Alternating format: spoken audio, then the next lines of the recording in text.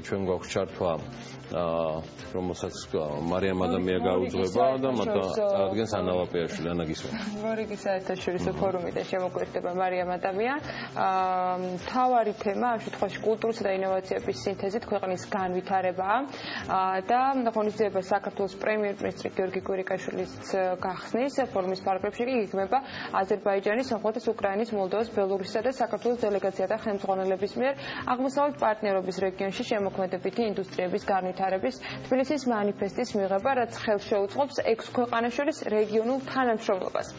ფორუმზე იმყოფება, როგორც გითხარით, მარიამ ადამი და სწორედ ის გაგვეცნობს ახლა დეტალებს. მარიამ, დილამშვიდობის. დილამშვიდობის.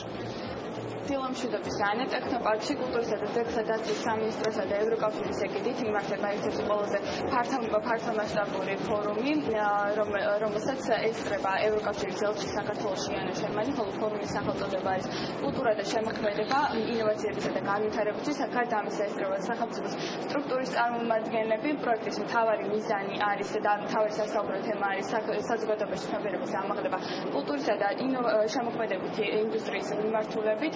და ასევე პრეზენტატორები ისაუბრებენ სექტორში არსებული გამოწვევების შესახებ, წარმატებულ მაგალითებზე და განვითარებისთვის მნიშვნელოვან ტენდენციებზე. უფრო დეტალური ინფორმაციას ახლა გაგვაცნობს კულტურისა და ძეგლთა დაცვის მინისტრის მოადგილე. მადლობა, რომ იღებთ ბატონოვან გადაცემაში მონაწილეობას. უფრო კონკრეტულად რო ვთქვათ, ეს არის პირველი პრეცედენტი, როდესაც საქართველოში ტარდება მსგავსი ფორუმი. რა საუბრობთ, რა მოლოდინები გაქვთ და რა არის 2 დღის განმავლობაში დაგეგმილი? დიდი მადლობა დილამშვიდობის მიმოსავლებით მადლობას უპირველესობისა. დღეს ნამდვილად ვდაოთ შემოქმედებითად გაჯერებული დილა გახდა საქართველოში. ეს არის უპრეცედენტო მასშტაბური ფორუმი, რომელსაც მასპინძლობთ. ფორუმის მიზანი, როგორც თქვენ ძალიან სწორად აღნიშნეთ, არის ის, რომ ჩვენ პრაქტიკულად წარმოვაჩინოთ ის საუკეთესო მაგალითები შემოქმედებითი ინდუსტრიების, რომელიც საქართველოში არის და ამავე დროს წარმოვაჩინოთ საქართველოში დასაქმებულ ადამიანებს, ამ სფეროში დაინტერესებულ ადამიანებს, ის საუკეთესო მაგალითები, რომელიც არის ევროპის და მთელი მსოფლიოს მასშტაბით. გარდა ამისა, თვითონ ფორუმის მიზანს წარმოადგენს ჩვენ ვიმსჯელოთ აღმოსავლეთ პარტნიორობის ქვეყნებთან ერთად იმ შესაძლებლობებზე, რომლებიც არსებობს და ჩვენ ურთიერთთანამშრომლობით, რომელსაც შეგვიძლია გავახციო. და ამავე დროს ჩვენ მიზანი არის, რომ უშუალოდ ფორუმის მსვლელობის პროცესში დავამტკიცოთ მანიფესტის დოკუმენტი, ეს არის ერთგვარი დეკლარაცია, რომელიც წარმოაჩენს იმას, თუ რისთვის არიან მზად წევრი ქვეყნები აღმოსავლეთ პარტნიორობის, რა იქნება ის ძირითადი გამოწვევები, რომელსაც ჩვენ უპასუხობთ ჩვენი ქმედებები და რა იქნება ის შესაძლებლობები, რომელსაც შევქმნით საზოგადოებისთვის. იქნება ფორუმის მსვლელობაში ძალიან საინტერესო პრეზენტაციები და დისკუსიები. ჩვენ გვექნება შესაძლებლობა ამავე დროს, როგორც აღნიშნე, უდაოდ ნახოთ, როგორ მუშაობს შემოქმედებითი ინდუსტრიები მთელს მსოფლიოში.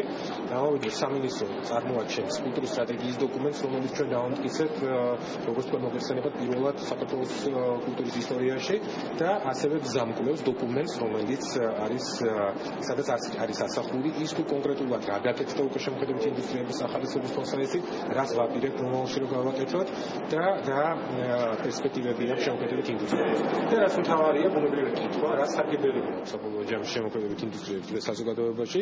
ამაზე უკვე არ დაობს არც ერთი ცივილიზებული ქვეყანა, რომ კულტურას გააჩნია ძალიან მნიშვნელოვანი, გარდა ესთეტიური და სულიერი სარგებლისა, რომელსაც იღებს საზოგადოება, უშუალოდ ძალიან კონკრეტული სოციალური და ეკონომიკური, ასე ვთქვათ, სარგებელი. ეს ნიშნავს იმას, რომ ამ სფეროში დასაქმებული ადამიანები იქნება ეს ტრადიციული რეწვის მიმართულება, დიზაინი, იქნება არქიტექტურის მიმართულება, სამუსიკო თვალსაზრისით და იქნება სათამაშო, ასე ვთქვათ, გეიმინგ ბიზნესი და ასე შემდეგ და ახალი ტექნოლოგიები და ასე შემდეგ, ასე შემდეგ. ყველა ამ მიმართულებას გააჩნია ძალიან კონკრეტული ეკონომიკური სარგებელი და შესაბამისად ჩვენს მიზანს წარმოვაჩინოთ უკვე პროგრამა, ეს არის სამთავრობო პროგრამა, რომელსაც ქვია შემოქმედებითი საქართველო და ამ პროგრამის მიზანს წარმოადგენს სწორედ სხვადასხვა ტიპის ღონისძიებების ჩატარება, ტრენინგების, ვორქშოპების, სემინარების, გასვლითი პროგრამების სხვადასხვა ქვეყანაში, ასევე მიზნობრივი ფინანსური დაფინანსების უზრუნველყოფა პროექტების სახალისებაზე, რომელიც არის ინოვატორული, რომელსაც აქვს პოტენციალი იმისათვის, რომ მან, ასე ვთქვათ, ქვეყნის არეალის დატოვოს, ანუ ექსპორტზე ორიენტირებული იყოს და შესაბამისად ასეთი პროექტების სახალისებით ჩვენ შევქმნით ძალიან დიდ ეკონომიკურად და კულტურულად მდიდარ კაპიტალს ქვეყანაში. საქართველოში არის გავრცელებული ტენდენცია, როდესაც ადამიანები არიან დასაქმებულები შემოქმედებით ინდუსტრიაში ისინი ვერაცნობიერებენ, რომ შემოქმედებით ინდუსტრიის ნაწილი არიან.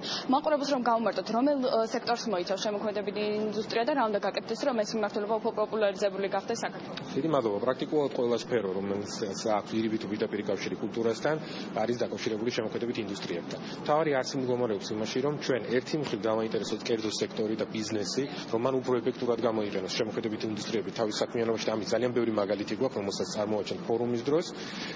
გარდა ამისა, უშუალოდ როგორც აღნიშნე, არქიტექტურის სფეროში დასაქმებული ადამიანები, სარეკლამო სფეროში დასაქმებული ადამიანები, გალერეებში დასაქმებული ადამიანები, ფეშენი, დიზაინი, ელექტრონული და უშუალოდ პროგრამები, საზღვარი არა, კულტურული მემკვიდრეობაც კი. ანუ ამის, ასე ვთქვათ, შემოქმედებით ინდუსტრიების ხიბლი სწორედ იმაში მდგომარეობს, რომ მას საზღვარი არ გააჩნია და უდაოდ ეს არის უნიკალური შესაძლებლობა კულტურის ნებისმიერ სფეროში დასაქმებულმა ადამიანმა დაიწყოს ფიქრი არა მხოლოდ როგორც კულტურის მოღვაწემ, არამედ როგორც დამწყებმა მეწარმემ. ანუ გარკვეულწილად ჩვენ ავღნუსხოთ ამ სფეროში დასაქმებული ადამიანები იმ ელემენტარული მეწარმეობითი უნარებით, რომელიც მათ დაეხმარება საკუთარი პროდუქციის უკეთ წარმოჩენაში, გასაღებაში, ექსპორტში და რასთავარია ამითი ქვეყნის როგორც კულტურულ პოპულარიზაციაში, ასევე ეკონომიკურ, ასე ვთქვათ, მდგრადობის ხელშეწყობაში.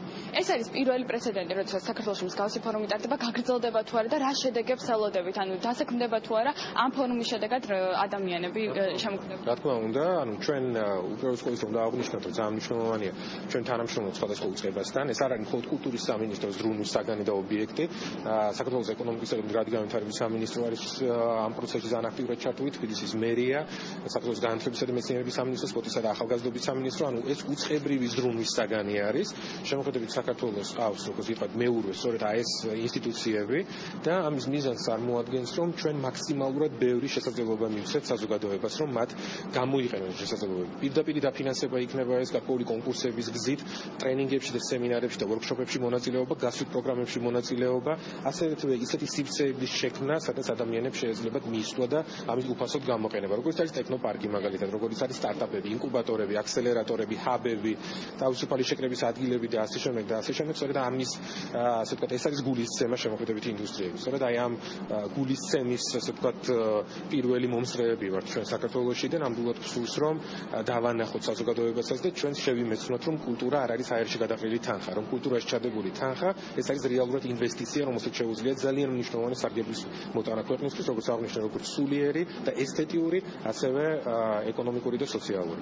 ძალიან დიდი მადლობა. ჩვენთან ერთად იმყოფებოდა კულტურისა და ძეგლთა დაცვის მინისტრის მოადგილე. მე მაყურებელს შევახსენებ, რომ ფორუმის ფარგლებში ხელი მოეწერება მანიფესტს, რომელიც საქართველოს ხელს შეუწყობს 6 ქვეყანაში რეგიონალური ურთიერთობების გამყარებას. ფორუმი 2 დღის განმავლობაში გაგრძელდება, ხოლო მისი დასრულების შემდეგ უკვე 10 დეკემბერს იწყება სტუდენტური ღონისძიება. მე ორივე ღონისძიების მონაწილეს ვუსურვებ წარმატებებს, ხოლო უფრო მეტ დეტალს შემდეგ გამოშვებებში შემოგთავაზებთ. აი ასე, მადლობა მარიამ ადამიანს, მადლობა ლევან ხარატიშვილს ჩართვისთვის, შრომისთვის.